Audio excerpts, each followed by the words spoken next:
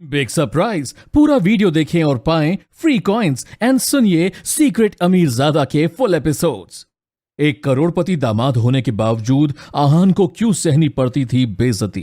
किसने बनाई थी उसकी ऐसी हालत कि घर के नौकर तक उसे ताने मारते थे? आहान रायजादा ने छुपाया था अपनी ही बीवी से एक बड़ा राज। कौन है वो आदमी जो बदलेगा आहान की दुनिया? आइए सुनते हैं आहान की पूरी कहानी।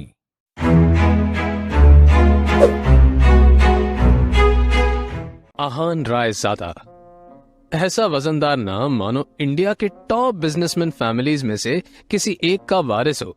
मगर हम जिस आहान रायजादा की बात कर रहे हैं उसकी कतरे कतरे से बेबसी झांक रही है। आहान एक करोड़पति बिजनेसमैन फैमिली का दामाद तो जरूर है, मगर उसकी हालत पर घर के नौकर भी कहते थे, कुछ पैसे चाहिए तो बता देना, तुम्हारी गरीबी देखी नहीं जाती।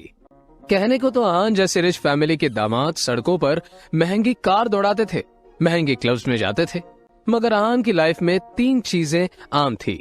पहली चीज बेइज्जती, दूसरी चीज बहुत बेइज्जती और तीसरी चीज बहुत से भी ऊपर वाली बेइज्जती। और हाँ, कभी कभी वो किसी रईस को जब अपनी बीवी को एक महंगे होटल में खाना खिलाते देखता तो वो खुद से कहता, एक दिन अपना टाइम भी आएगा जब मैं महंगे सूट में ऐसे किसी महंगे होटल में अपनी बीवी शनाया को टशन के साथ खाना खिलाऊंगा। देखना, जब वो मेरे सीने से लग के एक रोमांटिक डुएट में मेरे साथ रोमांटिक कैंडल लाइट डांस करेगी तो होटल में बैठकर सारी रईसजादों के सीनों पर सांप लौटेंगे। आहान ने ऐसा सोचते हुए अपने हाथ में रखे तकिए को सीने से लगाकर कस कर दबा लिया। नींद की खुमारी में जैसे ही उसने पिलो को अपनी बाहों में दबाया, तुरंत ही उसका मोबाइल बज उठा। आहान चौंक कर उठ बैठा। आंख मलते हुए मोबाइल स्क्रीन पर देखा तो शगुन का फोन था। उसे देखते ही आहान के सारे सपने छू मंतर हो गए। शगुन आहान की बीवी शनाया की कजिन थी, जो हमेशा ही आहान को नीचा दिखाने की कोशिश करती थी। मोबाइल की तरफ देखकर आहान ने बुरा सा मुंह बनाया और फिर कुछ सोचकर फोन उठा लिया। तभी दूसरी तरफ से आवाज आई, क्या बात है जीजा जी, फोन नहीं उठा रहे हैं आप? जवाब में आहान ने कहा, नहीं शगुन, मैं। तभी शगुन उसकी बात काटते हुए बोली, खैर वो सब छोड़ो, मेरा एक काम है। साहू ज्वेलर्स पर मेरा एक नेकलेस पड़ा हुआ है, मैंने उसके मालिक को फोन कर दिया है, वो नेकलेस लाकर आप मेरे घर पर आ जाइए। और हाँ, तभी आहान बीच में बोल पड़ा, शगुन मुझे बैंक जाना है और मैं। तभी शगुन ने कहा, मेरे प्यारे जीजा जी, ये बैंक जाने का तेवर आप किसको दिखा रहे हैं? पलना तो आपको हमारे टुकड़ों पर ही है, इसलिए ये बहाना बनाना छोड़िए और 1 घंटे के अंदर मेरा नेकलेस लाकर मुझे दीजिए। और हाँ, वो ज्वेलर्स आपको 30,000 रुपए भी देगा, उसमें से 1 पैसा भी गायब नहीं होना चाहिए। तभी आहान थोड़ा चिढ़ते हुए बोला, देखो शगुन, एक तो मैंने आज तक कभी चोरी नहीं की है, और दूसरी बात ये कि अगर इतना ही मुझ पर डाउट है तो ये काम किसी नौकर को भेजकर क्यों नहीं करवा लेती? इस पर शगुन की तंज भरी आवाज आई, प्यारे जी चाची, आप ये बात कब समझेंगे कि इस घर में आपको बहस करने की इजाजत नहीं है, इसलिए जितना आपसे कहा जा रहा है उतना कीजिए। और मैं फिर से आपसे कह रही हूँ कि उस पैसे में से 1 भी रुपया कम नहीं होना चाहिए। ये चीजें आप 1 घंटे के अंदर लेकर मेरे घर पहुंच जाइए, बाय। इतना कहकर शगुन ने फोन कट कर दिया। आहान अपने मोबाइल को इस तरह घूर कर देखने लगा जैसे वो दुनिया की सबसे मनहूस चीज हो। जल्दी आहान फ्रेश होकर बाथरूम से बाहर आया और जल्दबाजी में अपनी अलमारी की तरफ बढ़ा, जिसमें सिर्फ 2 जोड़ी पुराने कपड़े हुए थे। उनमें से जो सबसे साफ कपड़ा था, आहान ने उसे पहनने के लिए चुना। तैयार होकर वो बाहर निकला और जैसे ही सामने देखा तो उसकी सांस यामिनी गिल अपनी कुछ सहेलियों के साथ रमी पार्टी में व्यस्त थी। तभी यामिनी जी की एक सहेली ने अपनी सैंडल की तरफ देखकर कहा, देखो नहीं यामिनी, आज तुम्हारे यहाँ आते वक्त मेरे सैंडल का स्ट्रिप टूट गया, अब मैं वापस घर कैसे जाऊंगी? इस पर यामिनी जी ने मुस्कुराते हुए कहा, है तो इसमें टेंशन लेने की क्या बात है, तू पार्टी एंजॉय कर, मैं किसी सर्वेंट से बोलकर सही करवा देती हूँ। जवाब में वो औरत बुरा सा मुंह बनाते हुए बोली, अरे नहीं नहीं, मेरी बहुत महंगी सैंडल है, मैं किसी नौकर पर भरोसा नहीं कर सकती, वैसे भी मैं टूटी सैंडल दोबारा नहीं पहनती, पर क्या करूं, घर तो जाना ही है। जवाब में यामिनी जी मुस्कुराते हुए बोली, अरे नौकर नहीं, बस नौकर से थोड़ा ऊपर है, वो तेरा काम अच्छे से करवा देगा। आहान उस तरफ से निकला ही था जब यामिनी जी की नजर उस पर पड़ गई। उन्होंने आहान को पुकारा, अरे सुनो आहान, इनकी सैंडल सही करवा के लाना जरा। तभी यामिनी जी की सहेली ने कहा, यामिनी, एक काम दामाद से। यामिनी उनकी बात बीच में काटकर बोल पड़ी, अरे तुम लोग टेंशन मत लो, ऐसे कामों में इनको बहुत मजा आता है। किसी के पास और कोई काम हो तो बता देना। यामिनी जी की ये बातें सीधा आहान के दिल पर आकर लगी, मगर अब उसे ये सब हमेशा ही सुनने की आदत सी हो गई थी। उसे याद आया था कि आज उसका बर्थडे है, मगर ये सिर्फ उसे ही याद था, बाकी किसी को भी इससे कोई मतलब नहीं था। तभी आहान ने यामिनी जी से कहना चाहा, मगर अभी मैं शगुन के काम से। उसकी इतना कहते ही यामिनी जी ने आंखें दिखाते हुए कहा, बहस नहीं, जल्दी से काम खत्म करके आओ। और अब यामिनी जी की सहेली ने आहान को उसकी टूटी हुई सैंडल की स्ट्रिप दिखाकर कहा, बस ये वाली सही करवा के लाना। कहते हुए उसने आहान का हाथ उठाकर सैंडल आगे उसके हाथों में पकड़ा दी। आहान सर झुकाए उस सैंडल की तरफ देखने लगा। न चाहते हुए भी आहान को यह काम करना पड़ रहा था। उसे जाते देख यामिनी की बाकी दो सहेलियों ने भी अपने अपने काम पकड़ा दिए। आहान सबकी बातें सुन रहा था और फिर सामने लगी शनाए की तस्वीर देखकर मन ही मन में बोला, इतनी बेइज्जती की बात भी अगर मैं इस घर में टिका हुआ हूं तो सिर्फ इसलिए शनाए क्योंकि मैं आपको खोना नहीं चाहता। I love you. इतना कहकर आहान बाहर आ गया। वो अपनी बाइक लेकर निकला ही था कि तभी रास्ते में उसके मोबाइल पर उसकी बीवी शनाए का मैसेज आया, अच्छा सुनो, क्या आप आज मेरे ऑफिस आ सकते हैं?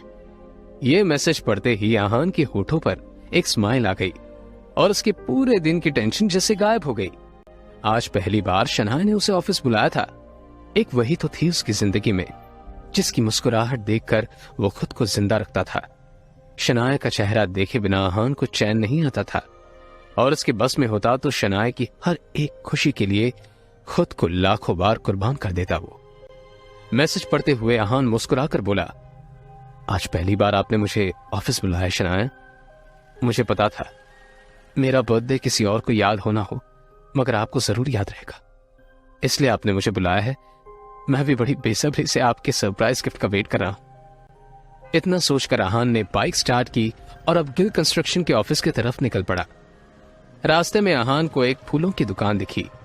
कुछ सोचकर उसने बाइक रोकी और अपना पर्स निकालकर देखने लगा। उसमें सिर्फ 500 का एक नोट पड़ा हुआ था। उस नोट की तरफ देखते हुए आहान ने कहा, ओह, 2 ही जोड़ी कपड़े हैं मेरे पास। बैंक जाने के लिए इन्हें पैसों से मुझे नए कपड़े लेने थे, पर कोई बात नहीं, शनाए से बढ़कर कुछ भी नहीं। और फिर उस पैसे से आहान ने शनाए के लिए फूलों का वो बुके ले लिया। जैसे ही आहान वापस मुड़ा तो उसे शगुन का काम और अपनी सास के दिए हुए काम याद आ गए।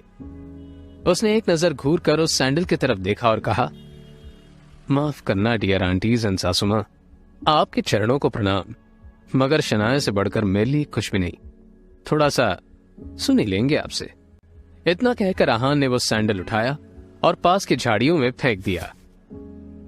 आज वो पहली बार गिल कंस्ट्रक्शन के ऑफिस जा रहा था, जो कंपनी गिल खानदान की थी। ये सोचकर आज वो फूला नहीं समा रहा था कि आज वहां उसका अच्छे से स्वागत होगा। वहां पहुंचते ही आहान तेजी से ऑफिस के अंदर की तरफ बढ़ा ही था कि तभी सामने से आ रहे एक आदमी से आहान टकरा गया, जिससे आहान के हाथों में मौजूद बुके नीचे गिर गया। वो व्यक्ति दिखने में काफी अमीर लग रहा था, जिसके जिस्म पर नीला सूट और आंखों पर काला चश्मा चढ़ा हुआ था। उसका नाम देव मल्होत्रा था और वो शनाए का क्लाइंट था, जो अभी अभी शनाए के केबिन से बाहर निकला था। वो आहान पर चिल्लाते हुए बोला, यू इडियट, दिखाई नहीं देता क्या तुम्हें? पता नहीं कहां से मुंह उठाकर चले आते हैं। इस ऑफिस के अंदर तुम्हारे खड़े होने की औकात भी नहीं है और टहल ऐसे रहे हो जैसे तुम्हारी खाना का घर है। कौन हो तुम? शायद मल्होत्रा ने उसके बदरंग कपड़ों से उसे नौकर या ऑफिस बॉय ही समझ लिया था। मल्होत्रा ने एक नजर नीचे पड़े बुके की तरफ देखा और फिर उसे अपने पैरों तले कुचल के बाहर निकल गया। आहान ने अपना सर झुकाए उस बुके की तरफ देखा जो पैरों से कुचला जा चुका था। उधर शनाया अपने केबिन के शीशी के अंदर से ये नजारा देख रही थी। आंखों में आंसू लिए शनाया बस आहान को देखे जा रही थी। देव मल्होत्रा वहां से जा चुका था और तभी आहान की नजर शनाया पर पड़ी तो एक पल के लिए वो अपनी बेइज्जती भूल गया। वो शनाया की तरफ देखकर खुद से ही बोला, कितना प्यार करती हो ना आप मुझसे। मेरे साथ हुए बर्ताव ने आपकी आंखों में आंसू ला ली। और वो शनाया के केबिन में दाखिल हो गया। शनाया ने आगे बढ़कर शीशे के पास लगे पर्दे को गिरा दिया। वो शनाया की तरफ बढ़ा और उसके आंसू पहुंचते हुए बोला, अब जाने भी दो ना शनाया, जो भी हुआ मेरे साथ हुआ और इसमें आपको इतना टेंशन लेने की जरूरत नहीं है। तभी शनाया चीखते हुए बोली, दूर हटिए मुझसे, आप चले क्यों नहीं जाते मेरी जिंदगी से। आहान को एकदम से झटका सा लगा। वो खुले मुंह से शनाया की तरफ देखता ही रह गया। तभी शनाया आगे बोली, पति नहीं, मेरे पापों की सजा है आप मेरे लिए। आखिर चाहते क्या हो आप? पापा ने मेरी शादी आपसे जबरदस्ती करवाई है और उस गलती की सजा मुझे अब तक मिल रही है। आप मेरे काबिल भी नहीं थे और आज भी मुझे आपको अपना पति मानते हुए शर्म आती है। आज ड्राइवर नहीं था इसलिए मैंने आपको बुलाया था, पर मुझे नहीं पता था कि मेरा पति इस काम के लायक भी नहीं है। यहाँ आकर आपने मेरे इतने पुराने क्लाइंट मिस्टर मल्होत्रा को नाराज कर दिया। आंखों में आंसू लिए शनाया ने आगे कहा, जहां भी जाती हूँ आप हमेशा बेइज्जती के सिवा मुझे कुछ नहीं दे सकते। सिर्फ एक बदनुमा धब्बा बनकर रह गए हो आप मेरी जिंदगी पर। इतना कहकर शनाया केबिन के बाहर निकल गई। आहान उसके पीछे दौड़ा। तभी रास्ते में पड़े बुके की तरफ देखकर शनाया ने कहा, ये सब क्या? क्यों इतनी गंदगी फैला रखी है यहाँ पर? इसे डस्टबिन में डालो। शनाया ने एक नौकर से कहा और उस फूल को अपने पैरों से कुचलते हुए आगे बढ़ गई। मल्होत्रा अपनी कार में बैठा पहले से शनाया का इंतजार कर रहा था। फिर आहान के सामने ही शनाया अपने क्लाइंट मल्होत्रा के कार में बैठी और बिजनेस के सिलसिले में वहां से जा चुकी थी। आहान ने एक नजर अपनी बाइक की तरफ देखा, वही खटारा बाइक जो अब आहान की जिंदगी का हिस्सा बन चुकी थी। आंखों में आंसू लिए आहान खुद से ही बोला, कोई बात नहीं शनाया, मुझे पता है आप गलत नहीं हो, बस मेरे हालात गलत हैं। मगर मुझे यकीन है कि एक ना एक दिन आप मुझे जरूर समझेंगी। मैं आपको दुनिया की सारी खुशियां ला कर दूंगा।